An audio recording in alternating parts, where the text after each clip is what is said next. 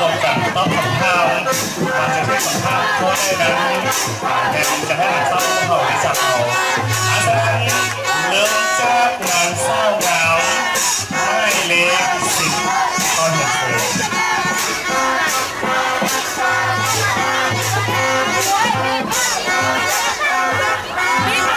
รับเศร้างามไม่เลยสินางเศร้าพัสดาชิดพิสัยข้อเสริมเยอะคำท่ามเลย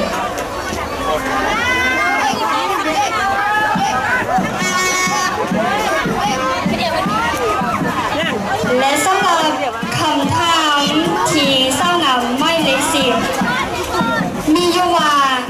ในท่านาที่น้องเป็นนางสำคัญประจำปีนี้น้องจะประพฤติตนให้เป็นแบบอย่างที่ดีให้แก่หมู่เพื่อนนักเรียนนักศึกษาคือแนวได้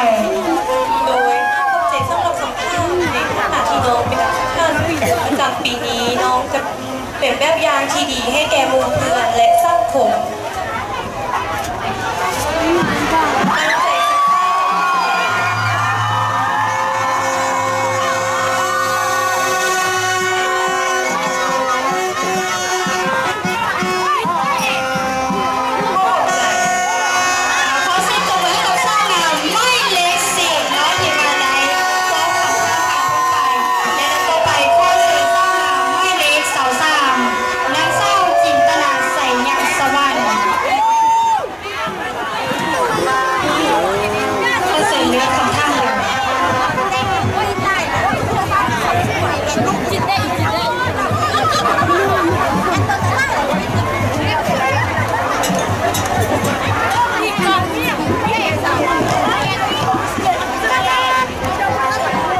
สำหรับ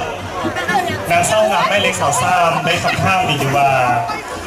ถ้าให้น้องแนะนำการใช้เวลาว่างที่เกิดประโยชน์แก่หมู่เพื่อนน้องจะมีวิธีการแนวได้เพื่อส่งเสริมให้หนุ่มยุคใหม่ได้เห็นกิจกรรมในเวลาว่างที่เหมาะสมแก่เขาเจ้าอีกครั้งหนึ่งถ้าให้น้องแนะนำการใช้เวลาว่างที่เกิดประโยชน์แก่หมู่เพื่อนน้องจะมีวิธีการแนวได้เพื่อส่งเสริมให้วัยหนุ่มยุคใหม่ได้เห็นกิจกรรมในเวลาว่างที่เหมาะสมแก่เขาเจ้าโดยผู้เข้าใจสำหรับคำถามคิดว่าการทำเรียนศึกษาเป็นสิ่งที่ดีและการเล่นกีฬานั้นก็เช่นเดียวกันนอกจากนั้นน้องยังจะบอกให้ทุกคนได้รู้ว่าจงช่วยกันเรียนตั้งใจทำเรียนและใส่ใจเล่นกีฬาเพื่อหาใจจากอยากเสพติดข้อเข้าใจ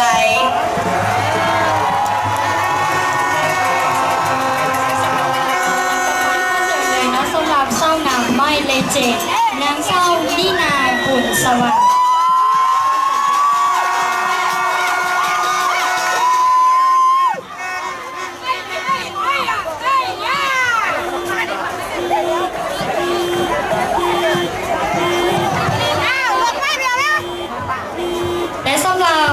คำถามโค้งเศร้างามไม่เล็กเจดมีอยู่ว่า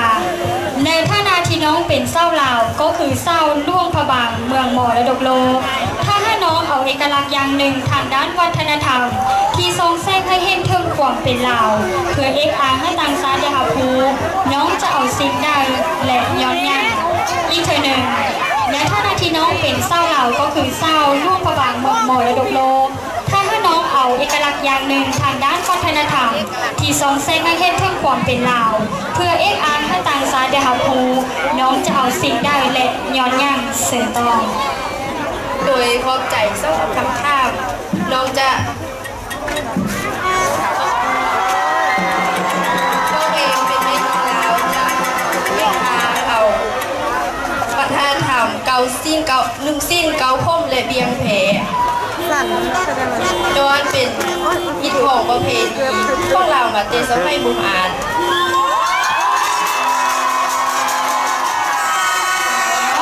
สำหรับเศร้างามไม่เล็กจิตน้องที่ว่าและต่อไปข้อเสริมไม่เล็ก16นางเศร้าอานิตามาไหลซ่า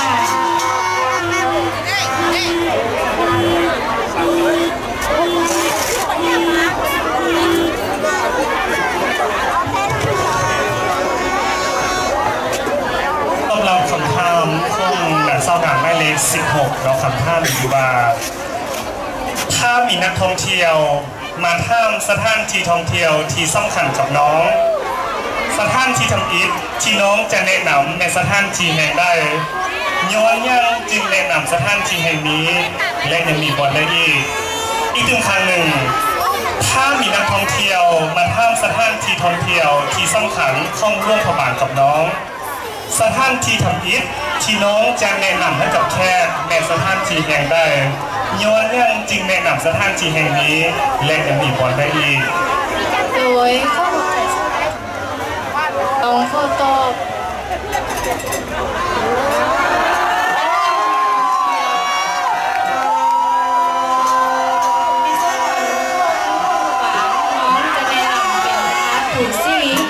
พระธาตุปู่ซี่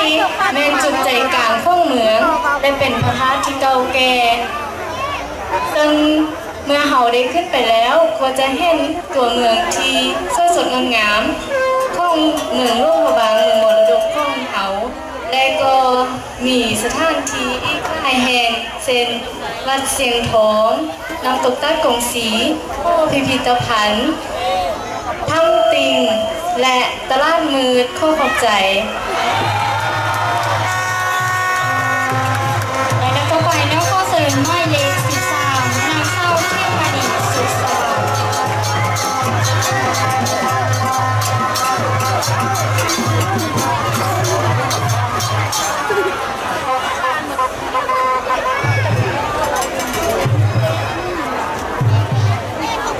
และสำหรับคำถามคงเศร้างามหมายเลข13ถ้าให้น้องแนะนำอาหารที่โดดเด่นคงร่วมพระบางให้กับนักท่องเที่ยวอาหารทำกินที่น้องจะแนะนำเป็นอย่างเมื่อหาประทานแล้วได้หารู้เทิงความเป็นเอกลักษณ์ของร่วมพระบางและย้อนยัง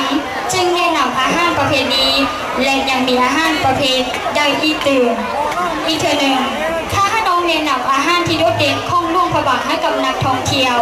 อาหารทำกินที่น้องจะแนะนำเป็นอาหารประเภทใดเมื่อรับประทานแล้วได้รับรู้เรื่องความเป็นเอกลักษณ์ของโลกพระบางและย้อนยังจึงแนะนำอาหารประเภทนี้และยังมีอาหารประเภทใดอีกตื่นข้อเสนอต่อโดยข้อขอบใจสำหรับคำถามถ้าให้น้องแนะนำอาหารที่โดดเด่นในร่วมพระบางให้แก่สาวต่างชาติอาหารที่โดดเด่นในร่วมพระบางมีหลายอย่างและหลายรสชาติที่แตกต่างกันแต่ถ้าให้น้องเลือกน้องข้อเลือกเป็นออลามพอออลามเป็นอาหารที่โดดเด่นและเป็นเอกลักษณ์ของร่วมพระบางส่วนผสมของออลามล้วนแล้วแต่เป็นสมุนไพรและสมุนไพรหนึ่งที่โดดเด่นก็คือสะคานเพราะสะคานมีเฉพาะร่วมพระบางและนอกจากนั้นยังมีไข่แพงเจลบองนั่งยำและอื่นๆข้อขอบใจ